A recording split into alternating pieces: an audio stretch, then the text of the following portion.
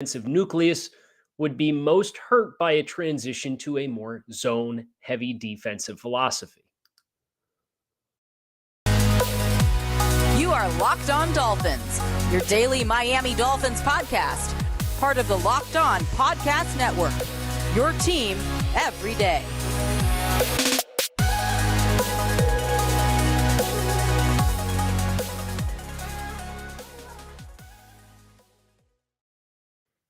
What's going on, Dolphins fans? Kyle Krabs of Locked On Dolphins, your team every day here on the Locked On Network. Today is Tuesday, January 24th, 2022. I'm your host, Kyle Krabs. I want to thank you guys for making Locked On Dolphins your first Miami Dolphins listen of the day. Today's episode of Locked On Dolphins is brought to you by FanDuel. FanDuel Sportsbook is the official sportsbook of the NFL. Make every moment more. Visit FanDuel.com/lockedon today to get started. So today on the show, we committed some time yesterday talking about different defensive coordinator candidates that I think make the most sense for the Dolphins. And we've talked a lot about the nucleus of the team with Xavier Howard and the defensive front and aging corners and how it makes the most sense to me to transition from a man-predicated defense to a zone-predicated defense that really allows your defensive back seven to have eyes in the backfield and read the quarterback and make plays instead of relying on everybody plastering their individual receivers with consistency down in and down out. But a lot of that focus has been on it would help these players.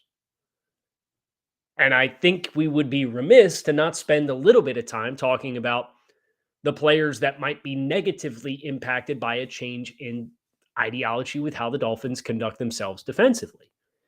Because it is not a one-size-fits-all transition. There's some guys who I think are going to be hurt by this potential transition that the Dolphins have. And it is also worth noting and acknowledging the Dolphins will be interviewing linebackers coach Anthony Campanile for the vacant defensive coordinator position. So they are interviewing an in-house candidate for the defensive coordinator position. I like Coach Camp. I've had a chance to listen to him speak a few times in person. Obviously, I've heard a lot of the press availabilities that he has had throughout the course of the years. Intense guy, smart guy, high reputation. But I'll be honest, if you have an internal hire, I would assume it would be for cultural impact for the locker room and the building that you have and knowing what you're going to get with a person in a leadership position as compared to the football elements and X's and O's. And that's okay if that's the decision that you make, but the X's and O's have to be there too. And that would be the big question that I would have with Coach Camp is, okay, we know your ideology. We know you came in. We know, you've had this prominent role with the Dolphins with Brian Flores as the head coach, and you were retained with the new staff. What is your palate for doing things differently than the way they have been done around here? And depending on what those answers are, I mean, for me, it really might just come down to I don't think it's a fit. I don't know what decision the Dolphins are going to make, and I'm not going to pretend to know what decision the Dolphins make. Now, if Coach Camp is dedicated to the X's and O's and not to an ideology, he's certainly somebody I would like to continue to see be a member of the staff, be that as the DC or something else, preferably not the DC because he wasn't on my top 5 list that I did yesterday, because I'm very much of the mind that this transition for the Dolphins defense is needed and necessary and would position the team well and successfully. So that's the latest development is Coach Anthony Campanile interviewing for the defensive coordinator position. But as I look at the depth chart, I think the first name that obviously comes to mind is a second-round draft selection for the team in the dreaded class of 2020. That being Raekwon Davis. Raekwon was at his best during his early years in Miami, and he's been with the team for 3 seasons now. 2-gap, nose tackle, gap plug. Well, if you're not going to necessarily be so much of a gap control defense and you're going to transition your front to a little bit more of a penetration oriented front, Raekwon this season dropped some weight, tried to play a little bit more diverse role, and I thought he lost the true strength in what he did best for the team this year. And seeing what we saw this year, if that's what Raekwon Davis is going to look like in an even front gap penetration style front as a one technique or somebody who's playing in the A gap, I don't know that that's the best role for him because his best qualities are length and power at the point of attack and mass and handling double teams. He's a big, tall guy. He's not he's not twitched up like Sealer and Wilkins are. So now you have the potential of, okay, this is a bigger body. He's got more mass. And where he really wins is by locking and stacking blocks and then discarding blocks as compared to getting hip to hip with blockers with first step quickness. So that's the first player for me when I review this Dolphins depth chart that I really don't know that I get the warm and fuzzies for what a transition to a penetration front zone system would bring for the Dolphins that they have not had the last couple of years. But Raekwon Davis is not the only player who I think would be challenged with this kind of transition. If we're going to include free agents in here, Elandon Roberts is another obvious one because Elandon Roberts is a sledgehammer downhill. And he fits up the run between the tackles well. It's his strength. He's a imposer as far as the physicality that he brings. He's an intimidator in the box, if you will.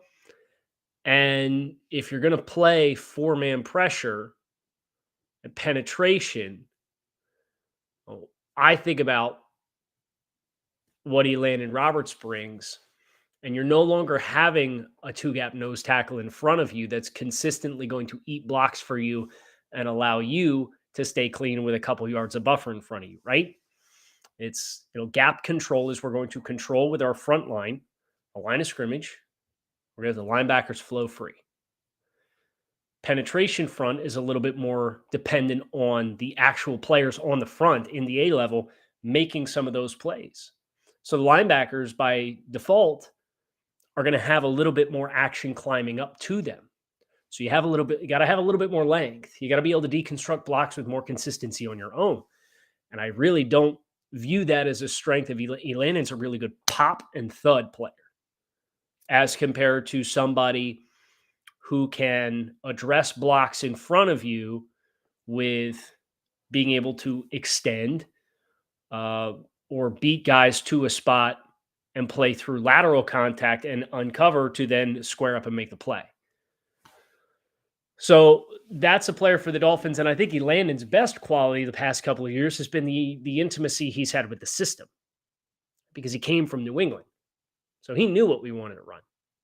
If you're going to change the system, I think the biggest strength that Elandon Roberts had suddenly is, I don't want to say a non-factor, but it's mitigated because he doesn't have that same familiarity if you're going to run a different style of defense. There are additional players we got to talk about here, but before we go any further, I got to tell you about our new partner, FanDuel, which we are all very excited about. The NFL playoffs are here. We're in the conference championship round.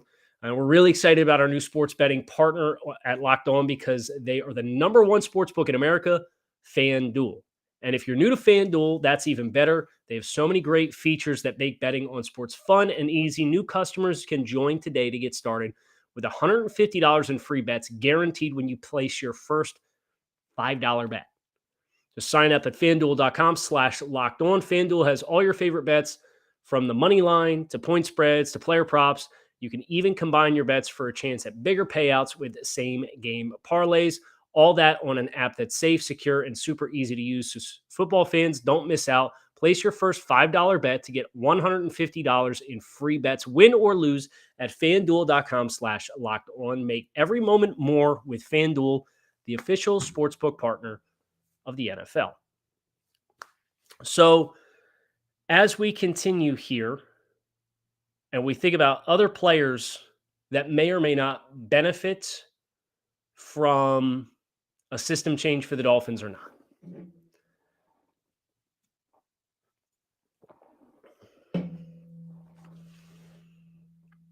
I think about Andrew Van Ginkel. And Andrew's an interesting player because Andrew can rush the passer. Andrew can drop underneath in zone coverage. I mean, he did that going all the way back to Wisconsin for Jim Leonard as a JUCO transfer. But I thought in 2021, when the Dolphins really started slow, we saw a lot of Van Ginkel in space. And it wasn't really his forte, if you will. So if you're going to run even front, penetration style attack defense up front, you either need to have Andrew Van Ginkel among the front four, a front four that includes, and we're going to count some players that may or may not be here next year: Jalen Phillips, Bradley Chubb, Christian Wilkins, Zach Sealer, Emmanuel Ogbah, Melvin Ingram. Like, genuine question. And I know I said when we went over the drop my mouse. When we went over the players to come back on the free agents queue, we said we'd rather have Andrew Van Ginkel than Melvin Ingram because of age and longevity. But is Andrew Van Ginkel, if you just take the pass rush value as a defensive end, is Andrew Van Ginkel better than the fifth pass rusher as a 4-3 end type? He's more of a hybrid, right? He's more of a linebacker. So now you're talking about transitioning into a defense that is not so predicated on pressure, more so predicated on front four and playing with 7 guys in coverage at a higher incidence. And now I think about what Andrew Van Ginkel looked like in zone drops last year, 2021, before he kind of found his footing by being used more as a pass rusher. And then I cross-referenced that with how he was used this year. And I don't know that the puzzle pieces add up super favorably for Andrew Van Ginkel to be an impact player. And if we're being honest, you're probably going to play with 2 backers, right? Because you're going to play a lot of 3 safety stuff. You're going to play with a lot of nickel.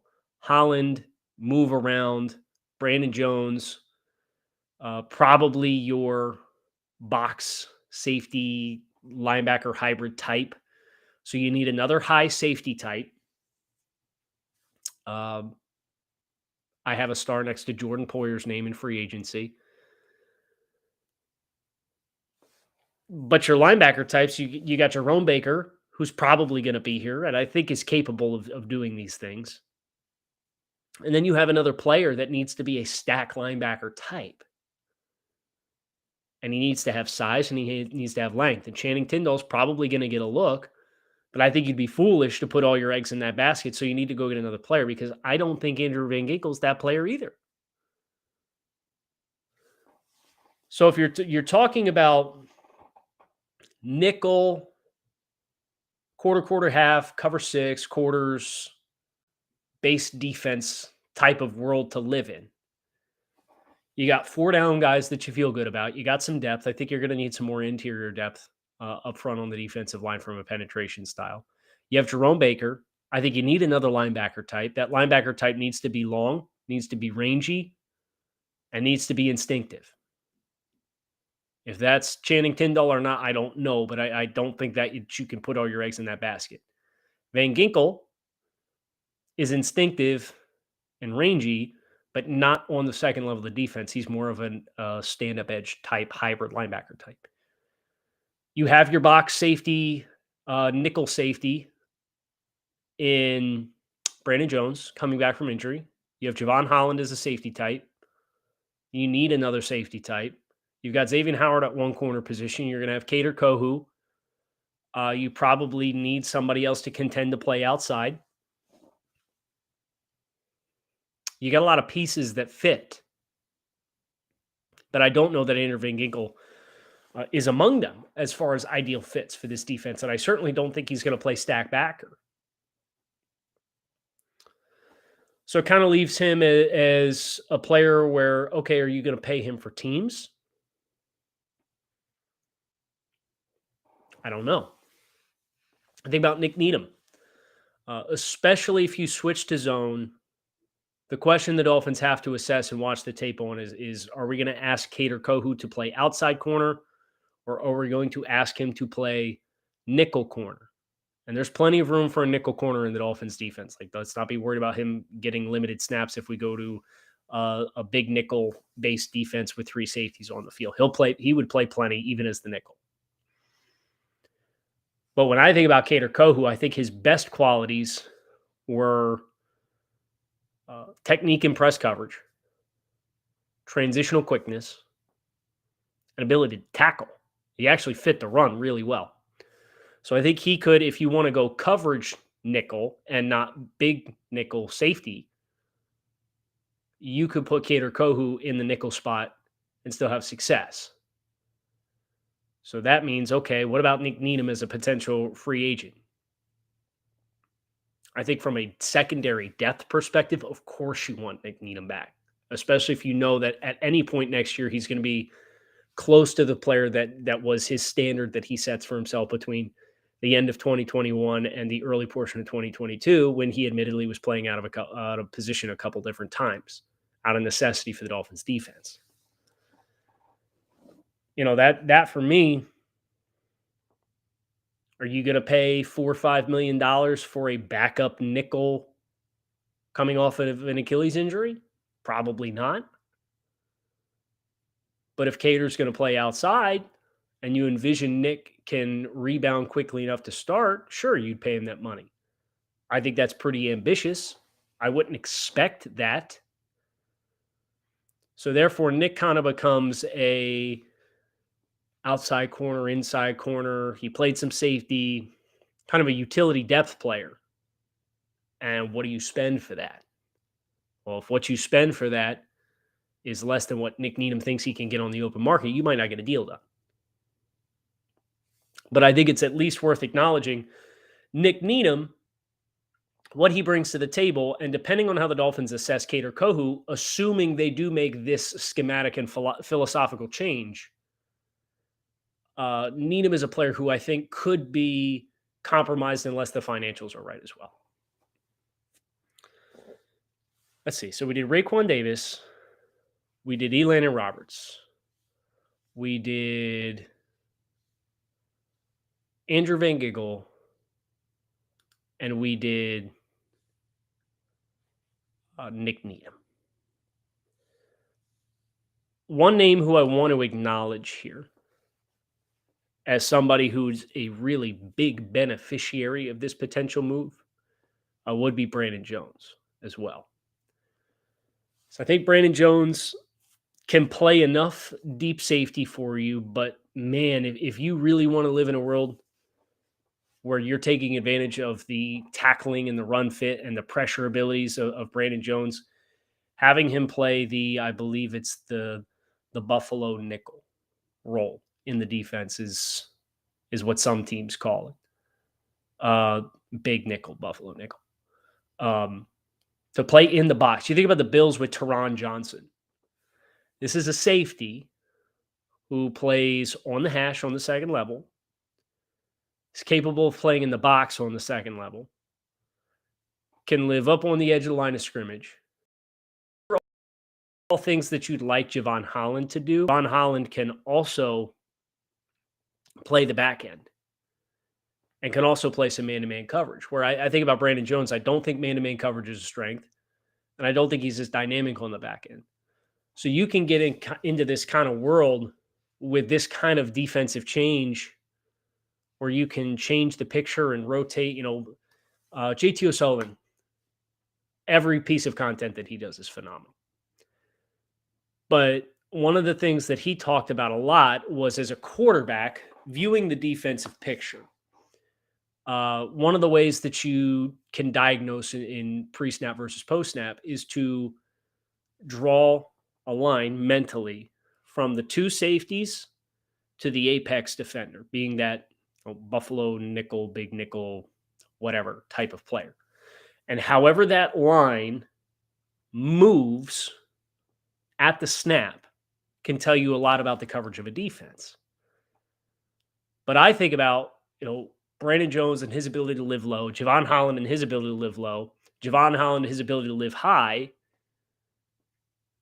And if you get another safety that has an ability to also, even if they exclusively live high, and you don't want to have them be a player that comes down low, if that player serves as the center of the line, and then you've got Javon Holland and Brandon Jones, and they can interchangeably shift between a high assignment player with help from another player or a low in the box, like you can really change your pre-snap picture quite a bit on opposing quarterbacks with this type of ideology. And you could do it too with the kind of defense that you played. But if you those guys then have to play man coverage as compared to playing low and feeling route combinations and keying the quarterback. It takes advantage of the instincts of the players a lot more.